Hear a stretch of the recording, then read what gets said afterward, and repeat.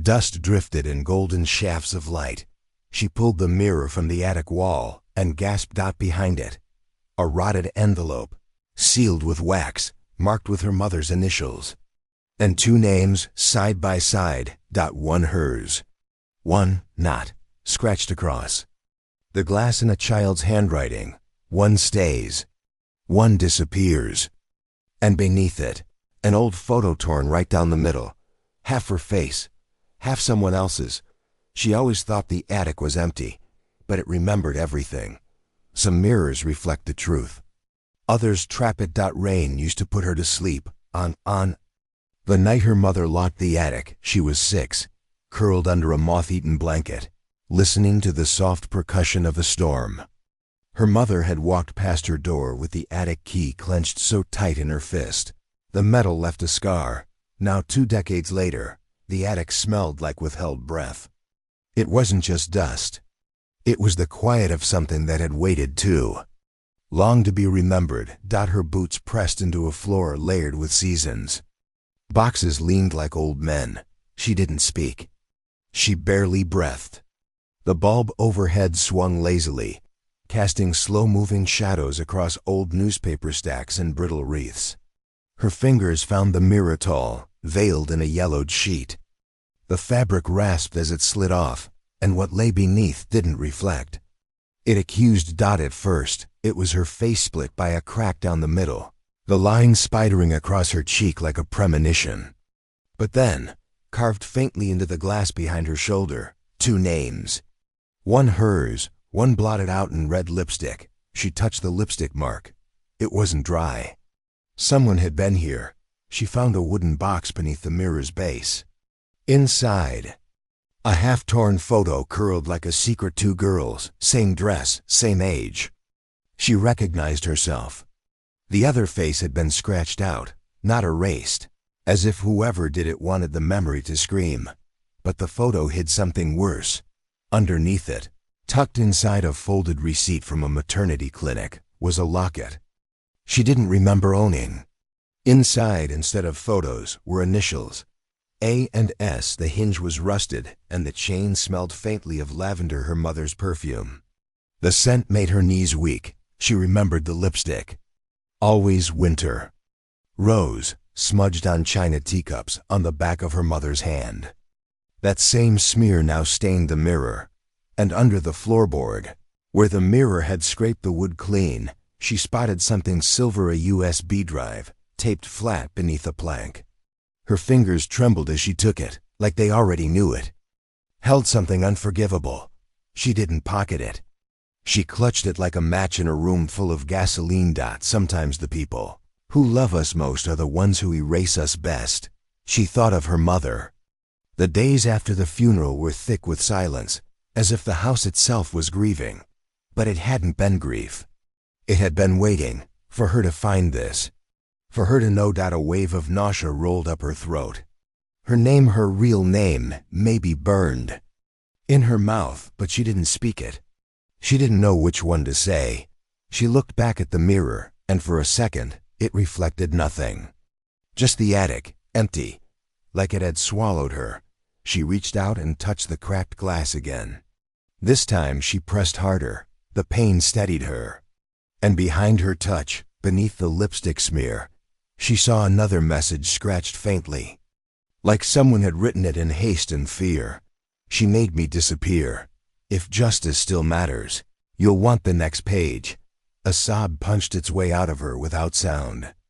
She hadn't come to mourn a woman. She had come to bury a version of herself, the obedient daughter, the only child. The one who never asked why her mother cried in closets or locked entire rooms for decades. The air grew tight. She stepped back from the mirror and realized she had no memory of seeing her mother's reflection in it. Not once, not ever. The woman had hidden it not from herself, but from the truth it might show. And still, despite the betrayal, she felt a sliver of mercy. Her mother's fear was not cruelty. It had been protection. But protection can rot too, if held too long. She closed the box, folded the photo, and placed the receipt with it. Then she paused, snapped a photo of the mirror with her phone. Her hands were shaking, but steady enough. The image on the screen was worse, her own face fractured, her eyes distant. And behind her, the faint outline of the second girl, still. Etched in the glass, she didn't scream. She didn't cry again. She just stood there, mirror light trembling over her. The photo in one hand, the locket chain tangled around her wrist. She turned away without speaking. Footsteps careful, slow. The attic creaked as if letting her go reluctantly. And when she closed the door behind her, the mirror still held two names, but now neither of them belonged to her. The insulation itched through her sweater as she reached further into the wall. Her hand stung with the memory of the attic mirror's crack, still red on her palm. Somewhere inside this silence, the house was remembering what it wasn't supposed to. She didn't scream when her fingers touched paper, just a dry gasp. Then the slow, deliberate withdrawal like pulling bone from Sand.2 certificates. Folded, one brittle, one stained. The first had her name. The handwriting familiar, her mother's, looping and firm. Discharged, 7:43 p.m., St. Marin's Hospital. Parents, Michael and Elaine Harrow. The second one made her ears ring. Same hospital. Same birthday, same parents. Different name, adopted. By relative, there was a smear on the corner that looked like blood, but older, more like rust. She stared at it until her own name blurred. The birth dates matched. The time of birth didn't. Hers was 7:43 p.m. The other girl? 7:42, 1 minute apart. A breath, a staggered heartbeat. She dropped the papers, but they clung to her wrist like they weren't done speaking. Sometimes a secret doesn't shatter you. It rearranges you. She knelt on the floor, bare knees against wood, eyes unfocused. Somewhere upstairs, the mirror waited, cracked down her face. Somewhere below it, the USB drive hummed silently in her coat pocket. She touched her chest, where the locket still hung beneath her sweater, chained like a noose of memory. And S.A. and S. She had always believed her mother cried for her father. But now she wondered if some of those tears belonged to another daughter, the one no one named aloud. Girl with her face. Outside, the wind shifted. Trees brushed the windows like they wanted to speak but couldn't break glass. She opened the locket again. Her fingers moved slower this time. Not with reverence, but with dread. The hinge creaked. The initials had dulled, but inside was something new she hadn't seen the first time, tucked beneath the plate. A small, torn piece of a photo. Just an eye. Hazel, her eye.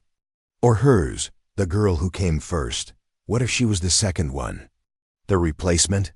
Her mother had kept the lipstick-stained mirror hidden, but this this was buried. Paper inside walls. Hidden with intent. Not just forgotten. She stood, knees popping.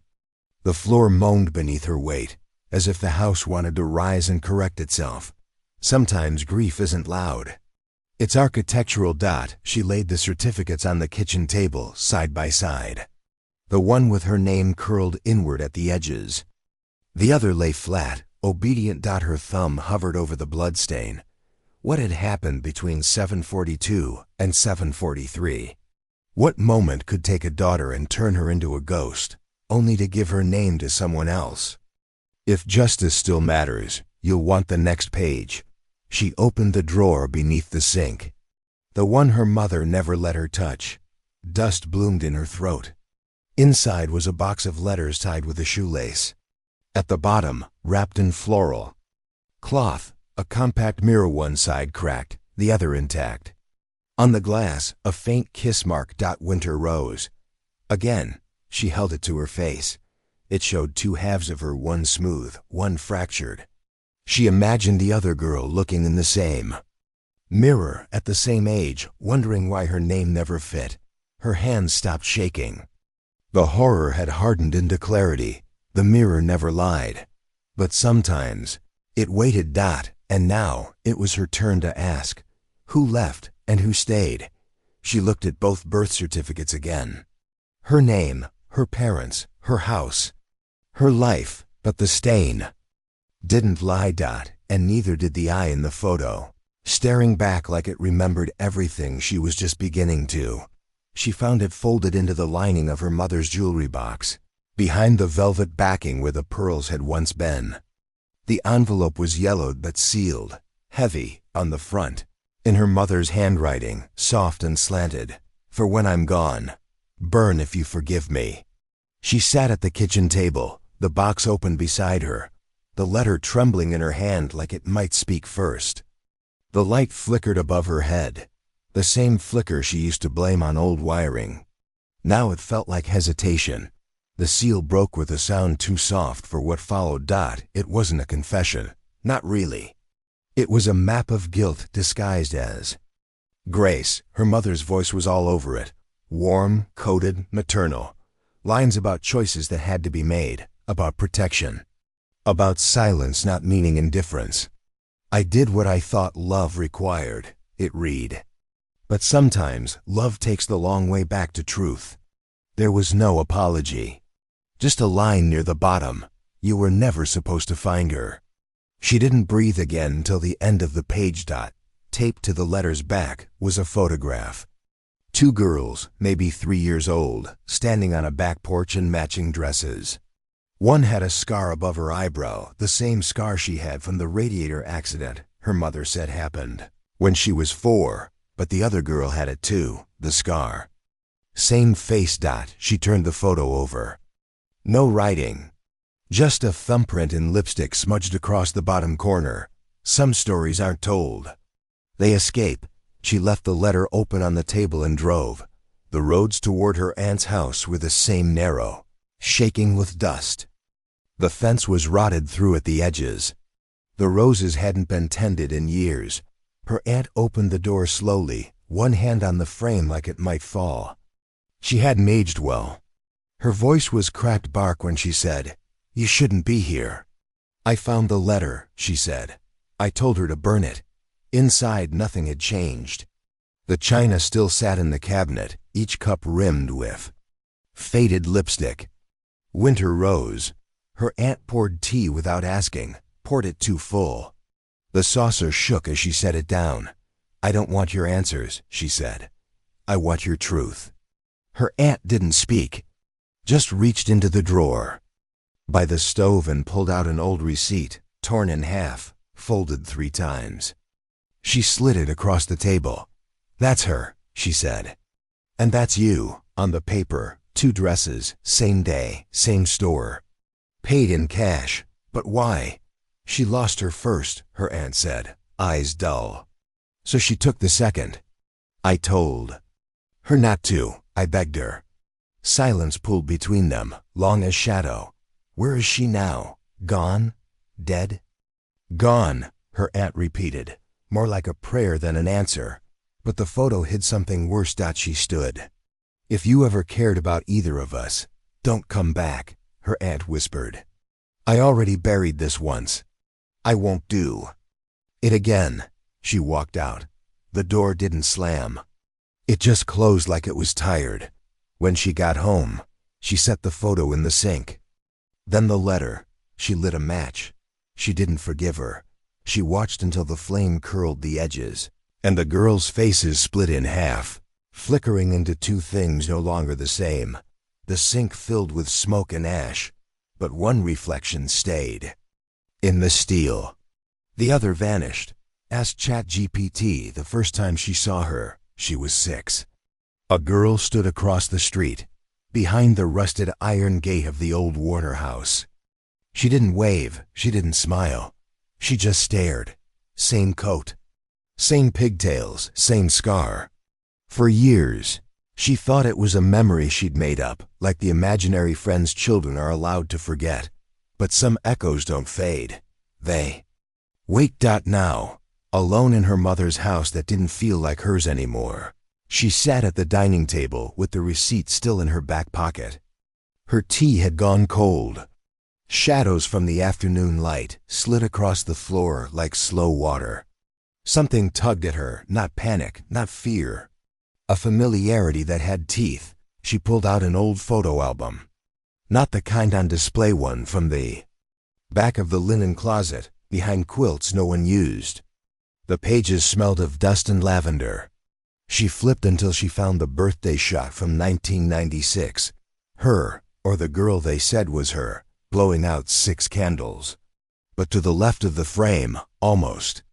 Out of it a hand. A second cake. 2 dolls on the table. Not one.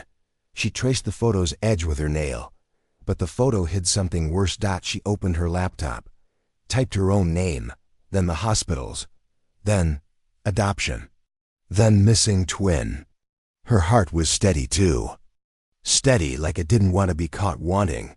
She didn't know what she was hoping for, but there she was. Same eyes. Same mouth, same scar, same necklace, the locket. The one she thought had been hers alone. The profile name was simple, just initials, no public posts. Only one photo, just enough to leave a mark. She clicked. A message blinked open before she could think to close it. 4 words. I've been waiting for you. She stopped breathing. Na held her breath, stopped. Her fingers hovered above the keys, useless. Every word she could have said curled up and hid behind her ribs. She read it again, and again. She looked at the locket. On the table, flipped it open. Her mother's photo on one side. The other side blank. She'd always been told it was broken. The clasp had never worked. The space too narrow for another face. But maybe it wasn't broken. Maybe it was hiding someone it never wanted her to meet. She typed one word, who? 3 dots appeared, then disappeared, then nothing. A knock sounded at the window behind her, gentle, like a child. But when she turned, there was no one. She stood anyway, opened the door, stepped out barefoot onto the porch. Across the street, the Warner house was empty. But the gate was open. First time in years. She walked back inside and locked the door, then double-locked it. She sat again, opened the message thread. Still nothing. She opened the photo one last time. Zoomed in the reflection of the girls. Another figure. Smaller, blurred, familiar. She zoomed out, saved the image to her hard drive, backed it up onto a USB, then slipped it under the loose floorboard beneath the pantry shelf where she used to hide birthday cards from the mother, who forgot to write them. If justice still matters, you'll want the next page. Her phone buzzed. One more message. Who saw me? You just didn't know you were looking in a mirror. She closed the screen. Outside, the gate creaked closed again, but she never heard footsteps. ChatGPT said the cafe was too quiet for a first meeting, too clean. The clink of a spoon on ceramic echoed like footsteps in a mausoleum. She sat near the window, both hands wrapped around a chipped mug that didn't match the saucer. Her eyes flicked to the door every 3 seconds, then stopped, because she was already there. Same walk, same pause before entering, same eyes, and God, the same scar. A mirror from a dream she wasn't supposed to remember. But memory isn't always what you lived. Sometimes it's what your bones never stopped whispering. She stood, breath half held. The other woman nodded, not a smile, not quite, just acknowledgement. She sat down across from her like they'd done it before. Like it was an old ritual finally remembered. Neither spoke. The waitress came, 1 coffee, 1 tea. The silence between them didn't break. It shifted like dust in a beam of light. Then softly, you remember the swing set? A nod, not hers. The other girls, I wasn't supposed to. But I do. The red handle was always sticky. The first time she spoke, her voice cracked at the edges. I thought I made you up. You did. A smile, sad and strange. And I did the same to you. She reached into her coat pocket and slid a worn envelope across the table. Inside were photos, blurry, old, some folded, some bent. A girl in a different house, with different parents, same smile, same scar. Different birthday cakes, different sides of the same ache. This one, her voice broke again, they said was For safety. But it wasn't. The other woman traced the edge of one photo. It was because I looked like her, the one they lost before us. The locket, still around her neck, warmed against her chest. They didn't want to lose another. So they chose. One. The girl across from her didn't cry. She seemed to have moved past grief and into something colder, slower, more precise. Like someone who had studied pain too long to be devoured by it again. Why me? She whispered. The answer didn't come easy. Because you looked less like her. Because I was quieter. Because Mom could say she'd only had one, and no one questioned her. They were good at lying, but not good at forgetting. She looked away. At the people outside. At a little girl skipping past with a balloon and no idea how lucky she was, just to be seen. I don't want revenge, the sister said. That stopped her. Then what do you want? I want the truth. Not for you to believe it, just so it exists outside of me. But the photo hid something worse. One of them showed a receipt. Torn, from a hotel. Room 203. Same date as her 6th birthday. Different city. Someone had gone somewhere they shouldn't have. If justice still matters, you'll want the next page. She slipped a flash drive across the table. There's more. I don't think you're ready. But I wasn't either. They sat in silence. In the reflection of the cafe window, they looked like two halves of a single woman who hadn't decided yet who she wanted to become. Why didn't you try to find me sooner? I did. They made sure you wouldn't hear me. Outside, the clouds broke for just a moment and light hit the silverware, bouncing off the spoon like a signal no one had ever seen before. She reached for her tea. Her hand shook. I was the one they kept, she whispered. Across the table, her sister blinked slowly. And I was the one they buried. No one moved. No one breathed. The waitress returned with the check, paused at the table, confused. 2 cups, 1 receipt. Only one name written. She remembered the carpet in the waiting room more than the faces. Red with a thin gold line looping in useless spirals. Her shoes were too big that day. She kept curling her toes just to feel something fit. Now the courthouse smelled like paper rot and old heat. Fluorescent lights hummed like a warning. She handed over her ID, signed the clipboard. Waited as the clerk disappeared into the shelves. The red folder looked small in her hands. Lighter than she expected. She didn't open it right away. She stared at the initials in black ink. One matched her. The other DIDN single quotes T. She opened it. First page. A custody petition. Dated 2 decades ago. Names, dates, a judge's stamp. A note scrawled in the margin, disputed residence. Her name appeared once. Then crossed out. Next, a court transcript. Her mother's voice, brittle on the page. She doesn't feel safe there. The father's rebuttal was colder. That's manipulation, not concern. The folder hissed. When she turned to the 3rd page, a therapist's report. Child female, age 6. Refuses to speak when father present. Drawings indicate emotional distress. One sketch was taped inside, wrinkled, half faded. A stick figure girl standing beside a smiling woman. Another version of the same girl, drawn behind bars. The ink had run slightly, like someone cried too. Close to it, but the photo hid something worse. She turned the page. The final ruling. The court ordered both children returned. Joint custody, mandatory evaluation. Nothing about fear. Nothing about pain. Just procedure. She had never been returned. She thought of the woman who raised her. Soft hands. Dull eyes. Always checking the locks twice.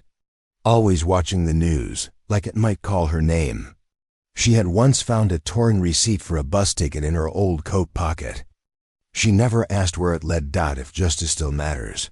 You'll want the next page. There was a handwritten addendum, filed in secret. A copy of a sealed envelope, marked personal. Not legally binding, but preserved. In it, a final note. She said the other house made her cold. Not outside, inside. She said love shouldn't smell like bleach. A drawing was clipped to the back. 2 girls, one holding a locket, the other holding a doorknob. The message beneath, in a child's jagged letters, "We're not the same." She exhaled like something inside her cracked dot. She had always believed she was taken. Now she wondered if she'd been hidden. She ran her fingers over the therapist's signature. The ink had faded, but not the meaning. Her mother had broken the law, had buried the truth. But maybe not to destroy her, maybe to keep something. Worse out, her phone buzzed. A message from her sister. "You found it." She typed, deleted. Typed again. Why didn't she tell me? No answer, but she knew. Shame doesn't explain. It only hides. Outside, the wind picked up. Papers fluttered in the clerk's tray. She closed the folder, tucked it into her coat, and walked out without signing anything. More dots. She paused at the bench near the exit, took out the drawing, and stared at it. One girl smiled, one didn't, and both had her eyes. She remembered the shape of a hand, not the face. A woman brushing crumbs from a kitchen counter while humming a song with no words. The smell of bleach, the quiet click of doors that didn't open again. That was the mother she knew. Or thought she did. The driveway was paved smooth and lifeless.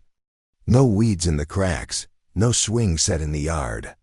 The house stood too still, too symmetrical, like it had never known a scream. She knocked once. The door opened like it had been waiting. The woman looked taller than she should have been, thinner. Her blouse was pressed, her earrings small pearls that caught the light but gave none back. The same eyes stared out from a different decade. "I'm here," she said. The woman stepped aside. The living room smelled like jasmine and lemon polish. 2 teacups waited on a silver tray, one untouched. The other had lipstick on the rim. A faint coral line. She didn't sit, just stared at the walls lined with frames, diplomas, pressed flowers, a photo of a different girl on graduation day. Same hair, same smile, wrong timeline. The woman sat, smoothed her skirt. "I prayed you'd never find me." She didn't ask why. She already knew. "I never wanted a child to choose," the woman said, as if that explained anything. "I never got to choose," she answered. The tea had gone cold. She reached for the cup anyway, then stopped. Coral lipstick, the same shade her mother once wore on court days. She clenched her fists. "You said nothing," she whispered. "You let me believe she stole me." "She did," the woman said, "but maybe not for the wrong reasons." The floor creaked beneath her rage. "She taught me to fear mirrors." "You taught me nothing at all." But the photo hid something worse. The woman's hand trembled slightly as she reached for a napkin, then froze. "You looked just like her when you cried," she said, her voice soft as ash. "That's why I stopped visiting the hearings." She crossed her arms, hiding the old scar near her elbow. The one she used to trace in secret, trying to remember how it got there. "You left me with ghosts. I left you alive." A beat of silence cracked the air. "I sent birthday cards. Every year, they came back unopened." She blinked. "I never saw them." The woman looked away. That hurt worse than the lie. The thought that somewhere, a pile of unopened envelopes whispered her name while she grew up thinking no one did. "If justice still matters, you'll want the next page." She opened her purse and placed the red folder on the table between them. Her fingers rested on the locket hanging from her neck. A mirror image of one she saw in a childhood drawing, 2 halves of the same metal heart. "She kept this," she said. "Your daughter, the one you let go." The woman's lip quivered just once. Then stillness returned. "She called you." "Her ghost," she added, "said she saw you in dreams. Thought you were a warning." "I was," the woman said, almost gently. A pause, then a slap. Quick, unplanned, open-palmed across porcelain skin. The sound louder than anything said before. Her hand shook, She didn't apologize. Neither of them cried. She walked to the door. "You didn't break me," she said. "You just gave me to someone who already was." The woman didn't follow. Just turned the untouched teacup slowly, as if looking for her own reflection in it. Outside, she stepped into air that felt less like freedom and more like aftermath. One teacup stayed warm. One stayed full. And neither had room for a daughter. The attic door groaned like a secret too long kept. She hadn't touched the ladder in months, not since it gave her someone else's name and asked her to carry it. But this time, she didn't come to take. She came to leave something behind. Dust floated like ash in the slanted light. The floor creaked beneath her weight, familiar now, a scar in the house. In her, she carried a shoebox pressed to her chest the way a child might carry a pet that had stopped breathing. The lid wasn't taped shut.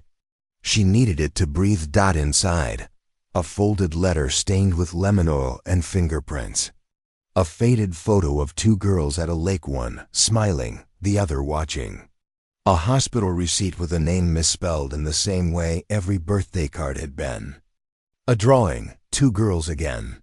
This time, hands touching. She knelt beside the old floorboards. Her hands moved slower than her breath. She slid the box into the hollow beneath the cedar panel, covered it like a body. And then she did something she had never done before. She wrote her name, not the name her mother whispered during fevers. Not the name that disappeared from court transcripts or came back with postage due. Her name. Each letter pressed hard into the envelope like it had waited for years to be seen. She kissed the corner, but the photo hid something worse. The girl in the photo, her sister, not by blood, but by warhead tear streaks blurred beneath her smile. She hadn't noticed before. Maybe she hadn't wanted to. She placed the envelope on top of the box, then the locket. It clinked against the wood like a bell rung once for the dead. For a moment, she just sat. Light crept across the attic like time was apologizing. She remembered. Waiting once, age 7, at a kitchen table with legs that didn't touch the ground, staring at a door that never opened. Now she waited again, not for a knock, not for someone to find her. She waited for herself. If justice still matters, you'll want the next page. Downstairs, the house was silent, the wallpaper peeling like something trying to escape. Her mother's lipstick still sat on the vanity. Dried coral, barely a memory now. She didn't touch it. Instead, she walked to the mirror, touched the crack in the glass with 2 fingers. Her reflection split, but not broken. Not this time. She thought of all the names that had passed through her like storms. Daughter, orphan, witness, mistake. Now she chose one that fit. Keeper. The USB drive still lived in her pocket, heavy like a promise. Not for revenge, for clarity. For when her daughter someday asked what she had done with the truth. She turned back once before pulling the attic door down. Not to mourn, just to remember the quiet. Some names are scars. Others become songs. She closed the attic with both hands, and for the first time, it didn't fight her. The latch clicked, soft. Final. Up there, waiting in the dark, a box held proof that someone had lived and chosen. And below it, carved faintly in the old wood, a single line she hadn't noticed before. Come find me when you're ready. She hadn't written it, but maybe that didn't matter.